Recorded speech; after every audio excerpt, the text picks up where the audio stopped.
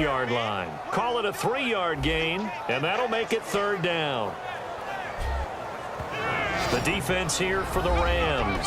Robert Quinn gets to the quarterback as well as any defensive end in the league. A lot of it goes back to his high school wrestling background. He understands leverage and hands as well as anyone.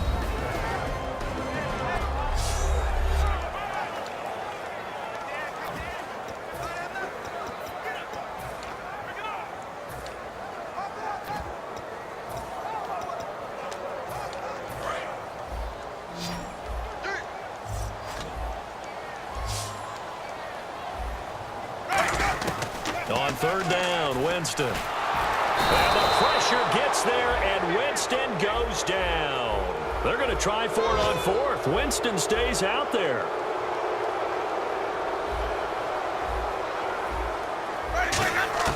They're indeed going. It's Winston. And this is incomplete. Boy, a real head-scratcher there. And, boy, possession here turns over with the football already being in the red zone. And now out on the field, here comes Los Angeles. And they'll just simply be looking to build off the confidence of the last time out where they scored a touchdown. Man, confidence is powerful, isn't it? When you've scored once, you feel like you can go back out there and get it done again. Doesn't matter what the defense throws at them. They feel like they're in a groove right now, and they want to get out there and show it. Yeah, hoping to stay in that groove here this go-around. As tight ends go, he might not provide the super flashy plays very often, but he's pretty reliable, usually an excellent target, and normally catches what's thrown to him, but he didn't on that play. 2nd and 10, Goff again. That's complete to his tight end. This is Lance Kendricks. And he'll get into the end zone. Touchdown, Rams. Lance Kendricks, his first touchdown of the new season. And the Rams add on to their lead. Boy, it's nice to have that big, reliable target you can go to. Each and every time. A lot of people see that position as a fallback. Throw it to them when all else fails. Not at all. This guy can make plays, and that's exactly what he just did. Yeah, play here for a touchdown.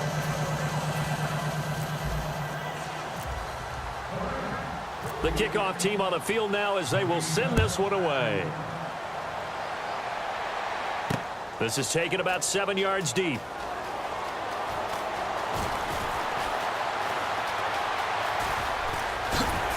And it's a pretty good return here as he'll get it up to the 29-yard line. And Tampa Bay trots out there now. And last time out, went for it on 4th down, turned it over, gave him great field position, turned into 6 points, so they've got to recover here, Charles. It's amazing what one decision can do in the chain of events, right? The decision to go for it on 4th down. Caused all of that. It caused every bit of it, but it showed confidence. Hey, I've got confidence in you guys. Go pick it up for them. Didn't happen. Also showed confidence in the defense. They didn't pick up their end of the bargain, so now they've got to come back out and start over and rebuild that confidence.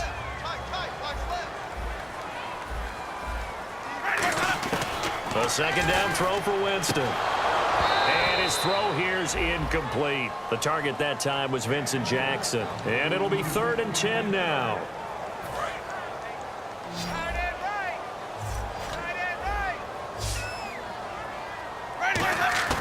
Jameis to throw it. He's got Evans. A gain of 26 on the 3rd down conversion. Now hold everything here. We're going to get a timeout by the offense. They'll have 2 remaining as we step aside here in this first quarter.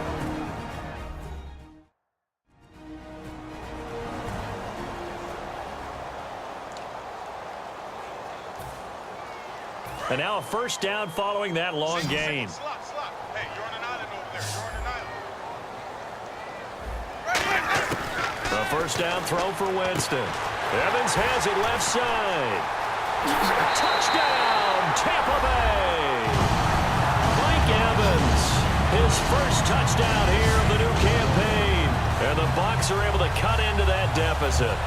And when a Hail Mary is completed for a touchdown pass like that, I think any defensive coordinator just puts their face right into their hands.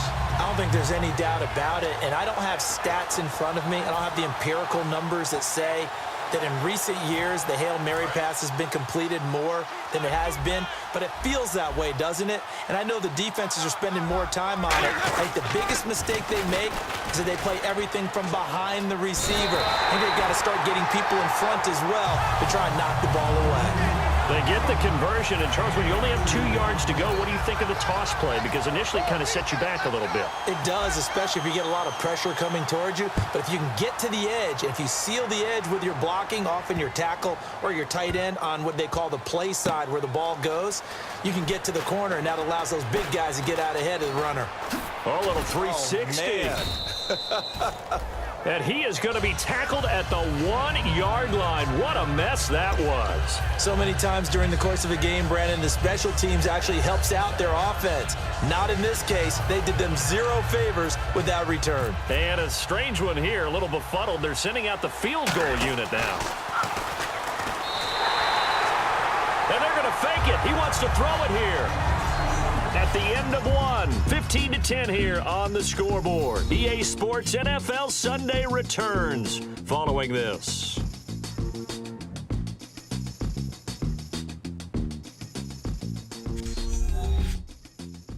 The NFL on EA Sports is brought to you by Head & Shoulders. Shoulders were made for greatness, not dandruff. Back live now to begin the second quarter with Charles Davis, Brandon Gaudin. It's the Rams with a football to get us going, and they'll come up looking to keep this drive moving. Then, Charles, something you have to be aware of as a QB. Once you get back to that back line of the end zone, you sort of have to go into survival mode. Yeah, but he's still between the tackles, so if he tried to throw it away, it still would have been 2 points.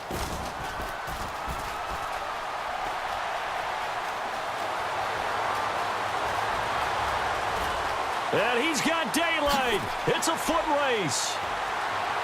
Whoosh. Touchdown, Tampa Bay. I know a lot of special teams coaches, they just want to keep it away from him because that's what he can do. And others have egos that their players can't keep up with. And they say, challenge him, kick it to him. The way he runs as fast as he is, I wouldn't challenge him at all. I'd do everything possible to keep it away. He is just a blur when he gets a full head of steam, and he got a full head of steam there. So they kept it on the ground, got it into the end zone. But, Charles, sometimes you probably see teams treat a two-point conversion differently than if it was first and goal from the 2, or I should say third and goal from the 2. I agree with you totally on that. A lot of teams treat it as if they have farther to go and shy away from running the football. I think this is a great spot to do it because most teams play you for the pass. Go ahead and run and let your linemen surge and fire out. And the Rams now coming out on the field. And the last time they had the football, they surrendered 2 points on the safety. Well, you don't want to do that one again. No, not at all. It's almost like a bases clearing double, isn't it? Give up a couple of runs. Sure. just messes things up for you offensively. But now they've got to go ahead, take it, set it aside, and move forward. In scouting parlance, if you really like a player, they ask if you're going to pound the table for him. Well, when Todd Gurley came out of Georgia, I stood on a table and did backflips. Even with the knee injury he suffered his last year there, I thought he was one of the best runners I'd seen come into the game since Adrian Peterson. And it looks like this will likely be the last play before we hit the 2-minute warning. Let's see if they can sneak one more good play in before the 2-minute signal.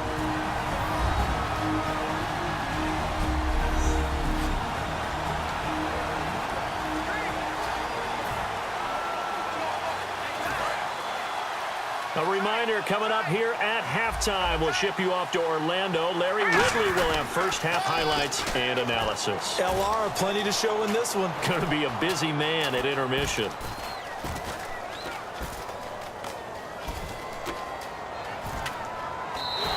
A huge loss on the play, and that'll bring up a third down and very long. But we all know that the instinct is to fight for every possible yard and try and pick something up. But every now and then, you've got to know when to turn off your instinct.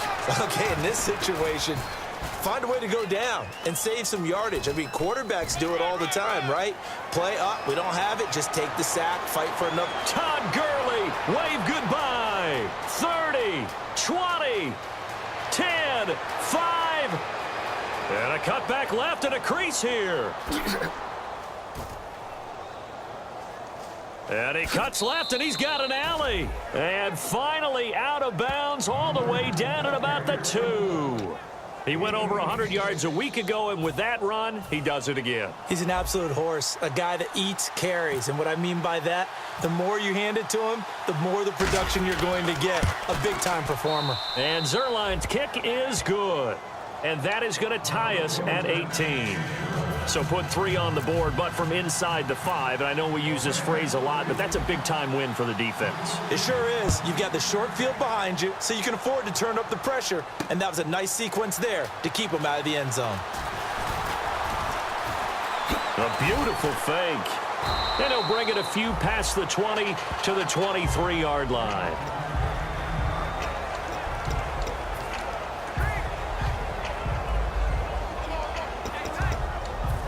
Now the Buccaneers offensive unit back out on the field. And that recipe on their last drive that resulted in a touchdown looked pretty good, so they'll be hoping to do that once more.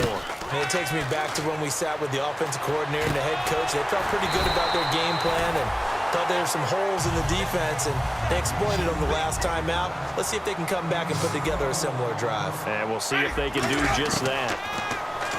To throw is Winston. And nearly picked off there, almost intercepted. Instead, second down. Tremendous coverage there. Just did not catch the football and complete the interception. But what do they say all the time? If he had really good hands, he'd be playing offense. One receiver to the left is Evans. On second down, Winston again. Jackson's got it over the middle. And able to get this one across the 45 before he's brought down. That one goes for 13 yards, and it moves the sticks.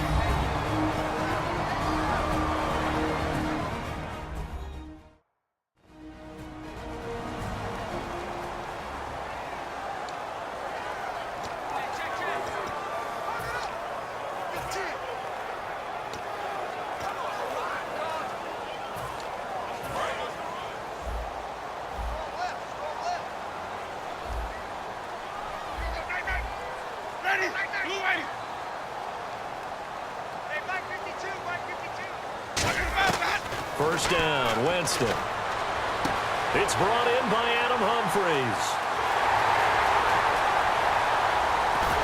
And oh, so close as he takes it all the way to the 2-yard line. So after that big gain, now whistles come in. We're going to get a timeout here by the offense. And with halftime on the horizon, they'll be out of timeouts from here forward.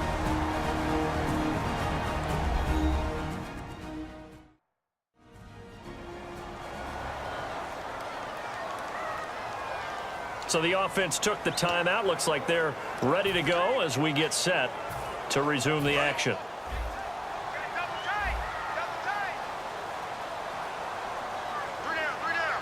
They come out here in the eye.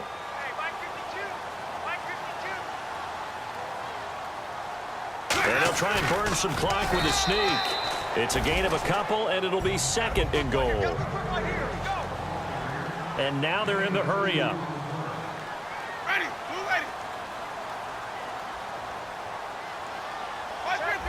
And now here's it. And he'll take it into the end zone. Touchdown, Tampa Bay. Jameis Winston as time expires in the first half. And the Bucs are going to take the lead. So they grab the lead just before half with a clock reading 0-0-0.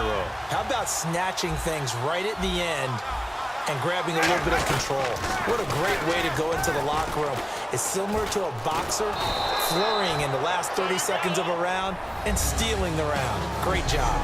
So we have reached halftime in what's a 6-point game at the break. As we send you cross-state to Orlando to check in with Larry Ridley, he's got our EA Sports Halftime Report. Thanks, Brandon, and welcome to our EA Halftime Report. I'm Larry Ridley. Both teams have arguably played well enough to be leading at this point, but you see the score and realize this one may very well come down to the wire. All right, let's get it going. Let's roll those first half highlights. Rams with the football early first. Gurley's got it off the left side here. He'll pick up more than 40 yards on the play. Later on the drive, the catch is made after a quick pass, and this play will go for 6. Rams go up by 8.